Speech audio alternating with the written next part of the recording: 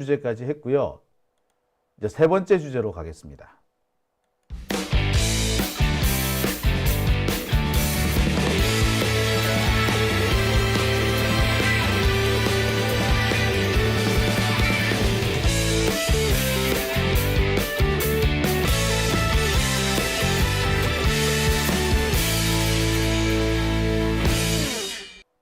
오밤중 뉴스 함께하고 계십니다.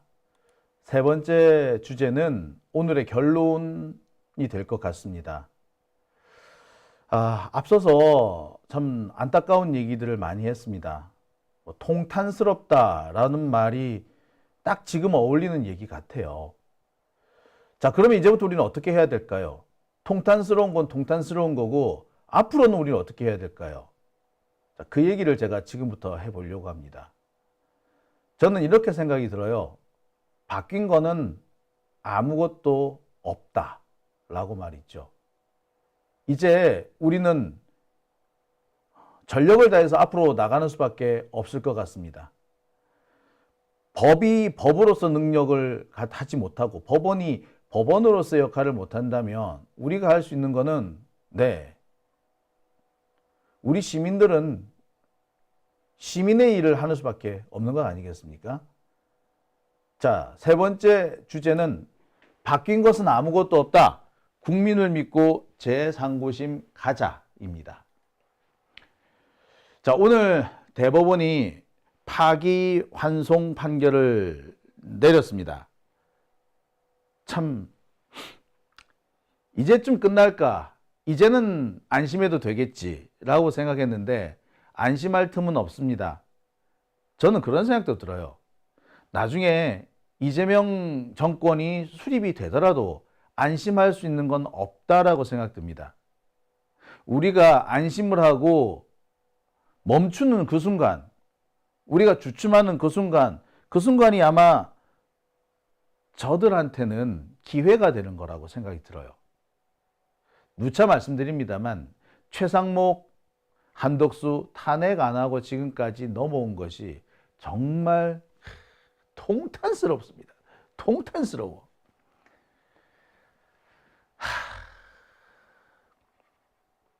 자, 하지만 지금부터라도 우리는 앞으로 쭉쭉 나가야 됩니다.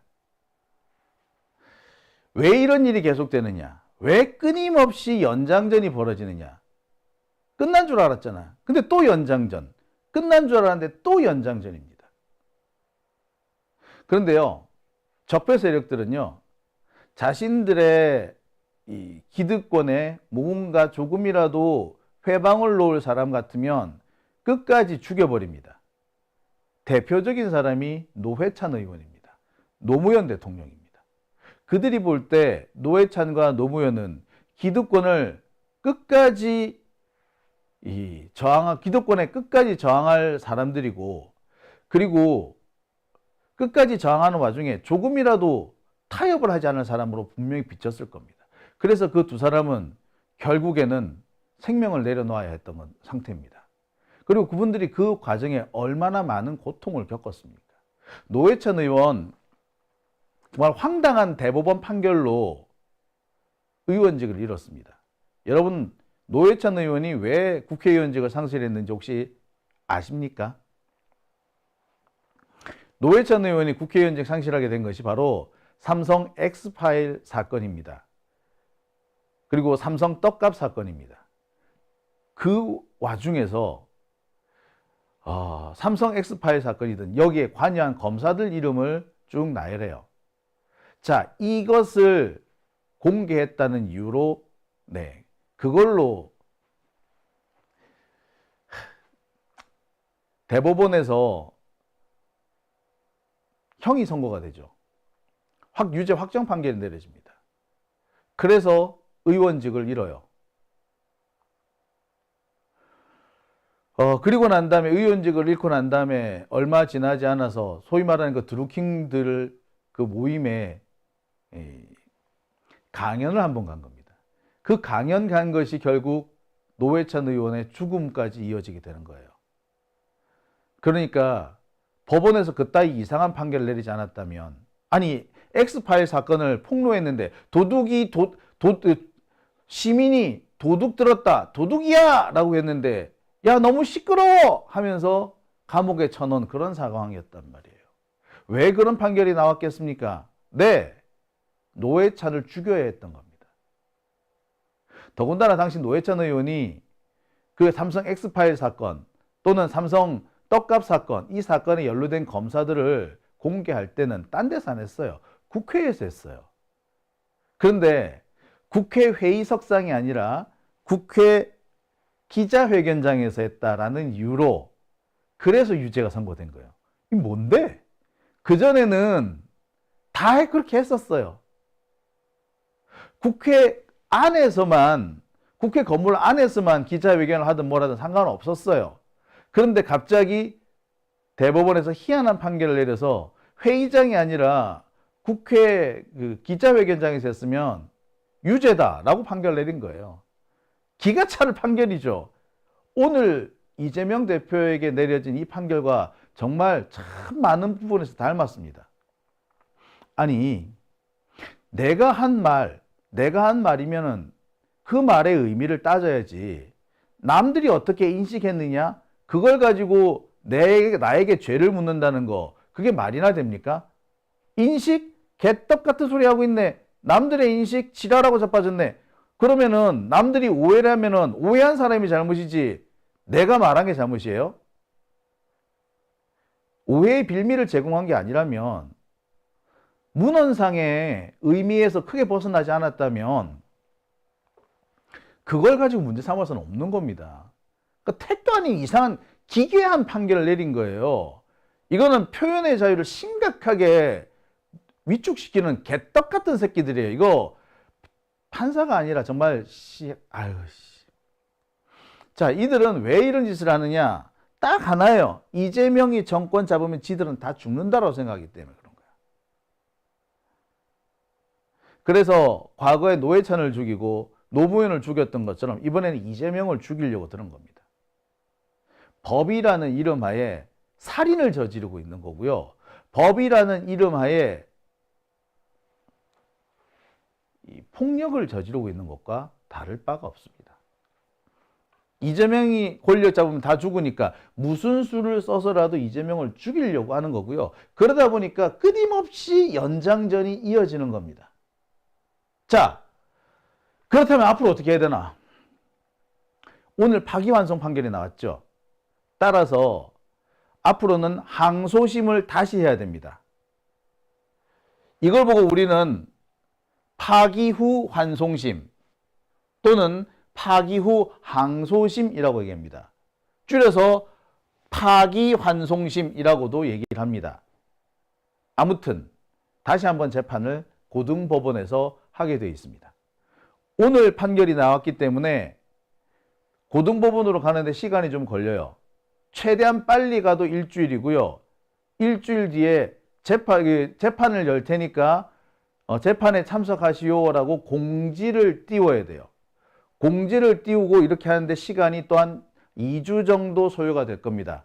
최소로 잡았을 때 그래요. 보통 대법원에서 파기돼서 항소심으로 내려오게 되면 시간이 좀 많이 걸립니다. 시간이 좀 많이 걸리기 때문에 적어도 두세 달 정도는 걸린다고 보는데 이번 것 같은 경우 속도를 최대한 빨리 할 걸로 보여요. 최대한 빨리 했을 경우에 2주 뒤가 될 겁니다. 자, 2주 뒤가 되면은 재판을 열을 거 아니야. 재판 열고 한 번 정도 재판 열고 곧바로 결심하겠죠. 그리고 얼마 지나지 않아서 판결할 겁니다. 대략 17일 정도 소요될 겁니다. 짧게 하면은 2주, 14일. 제가 볼 때 보통 3주 정도 소요가 되는데 하여튼 최대한 짧게 한번 잡아보죠. 그러면은 판결문이 도착하고 난 다음에 재상고심을 신청할 수 있습니다. 재상고심. 그러면 이게 또 갑자기 이상한 게 뚝 떠네요. 재상고심을 하게 되는데 이 재상고심까지는 최대한 20일을 끌 수 있습니다. 합쳐보면은 총 41일 정도 시간을 끌 수 있어요. 41일 정도 시간을 끌면은 대선이 이미 끝나죠. 그렇게 되면은 이재명 대표는 당선이 될 겁니다. 문제는 그 사이에 항소심 열고 하는 이거를 엄청나게 언론 플레이를 해서 선거 캠페인에 선거에 악용할 거라는 거죠. 이게 제일 솔직히 걱정됩니다. 근데 사실 방법 없어요. 이미 일은 벌어졌고 저들은 이미 그런 프로세스대로 갈 거예요. 우리는 최대한 그 프로세스를 돌파하도록 하는 수밖에 없습니다. 자,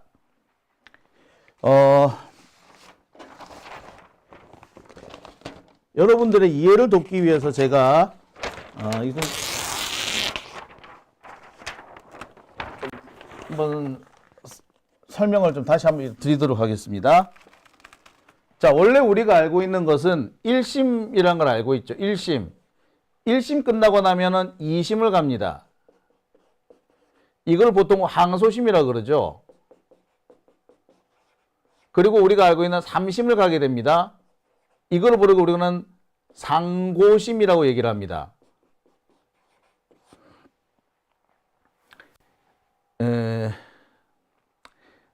1심, 2심, 3심. 자, 근데 만약에 상고심에서 파기환송이 나온다.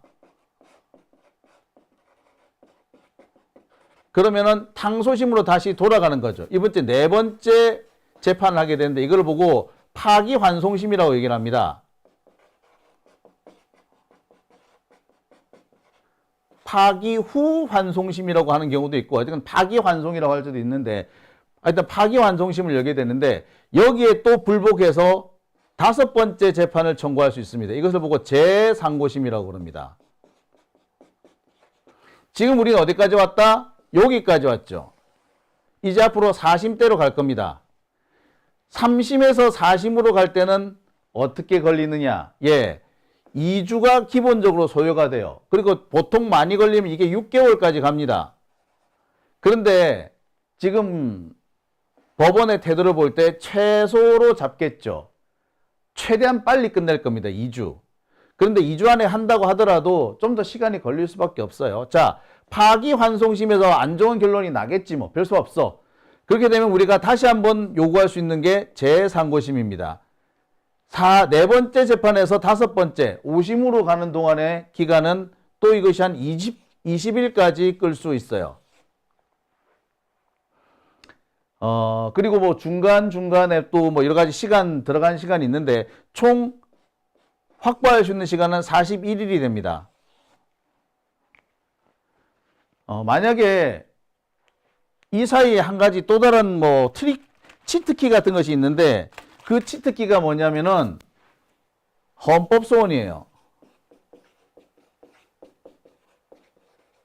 헌법소원을 하면은 재판이 무한정 연결됩니다. 재판은 스톱이에요. 이때는 스톱. 지금 같은 경우에 대법원에서 이렇게 판결한 거 있잖아요. 아니 내가 말한 것대로 판단하는 것이 아니라 남이 오해한 것대로 판단하게 되는 거. 만약에 법의 내용이 그렇다면 그 법은 심각하게 기본권을 침해하는 위헌 법률입니다. 따라서 만약에 그게 맞다면, 이 판결이 맞다면, 그렇게 판단할 요지가 있다면 법률이 위헌이니까 위헌 헌법 소원을 청구할 수 있어요. 그 헌법 소원을 청구하게 되면 이거는 이때부터는 시간은 무한정입니다.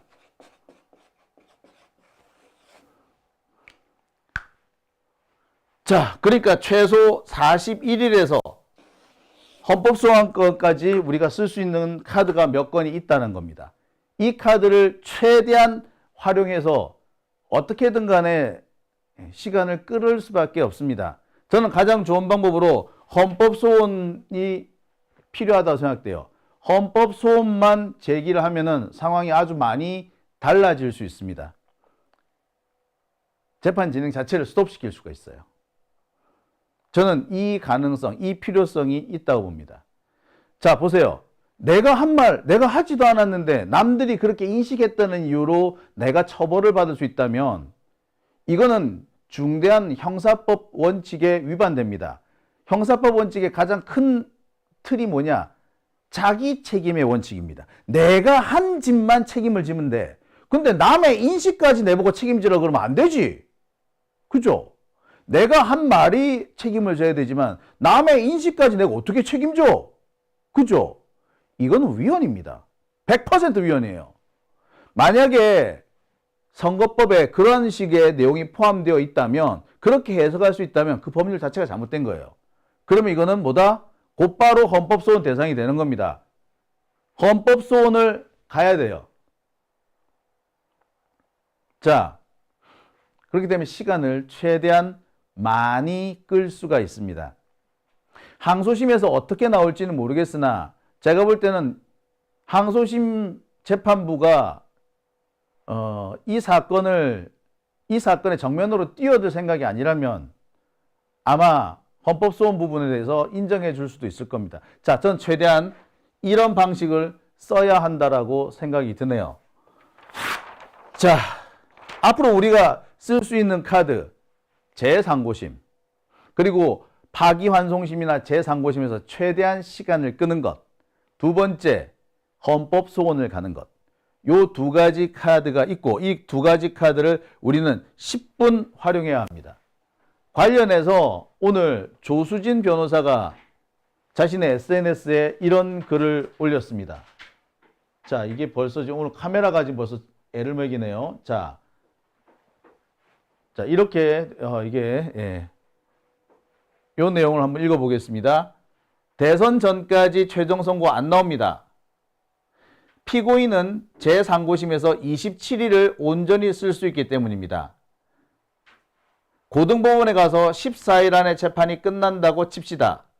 재상고심이 열려 대법원에 가게 되면 피고인은 상고기간 7일 마지막 날에 상고장을 내고 그 뒤 상고 이유서를 20일 마지막 날에 내는 방법으로 27일을 최장으로 쓸 수 있습니다. 합치면 41일을 쓸 수 있습니다. 대선까지는 앞으로 34일 남았습니다. 그러니까 일주일 정도가 오려 비는 거죠. 그러니까 이런 게 있어요. 상고부터 먼저 해놓고 상고부터 해버리면은 나중에 상고 이유서를 내라고 연락이 옵니다. 언제까지 내면 된다? 20일 안에 내면 돼요.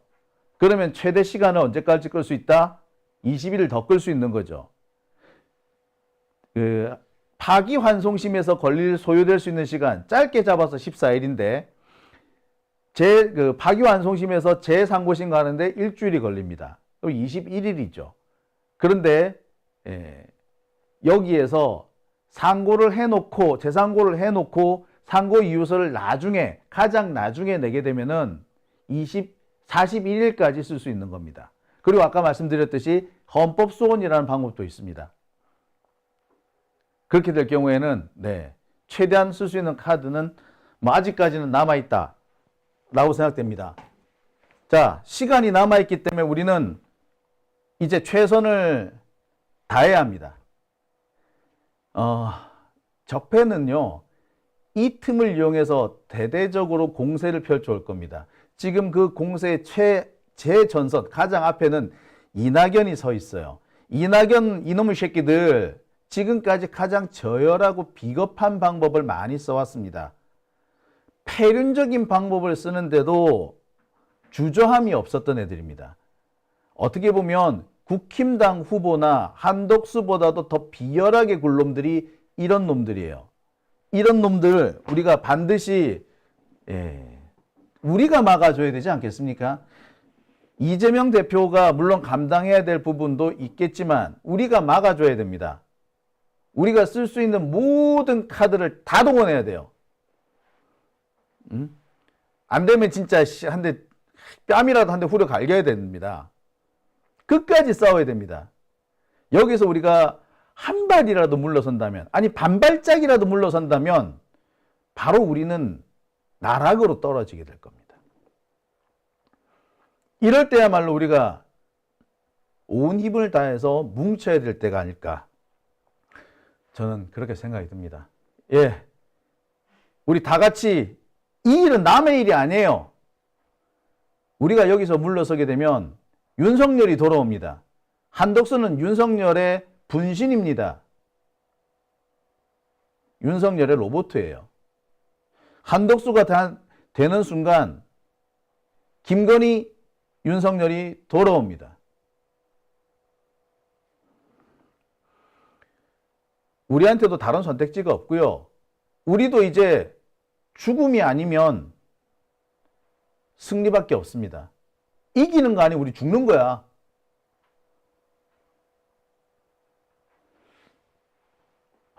자, 오밤중의 뉴스 함께하고 계신 지금 시각 12시 56분 지나고 있습니다.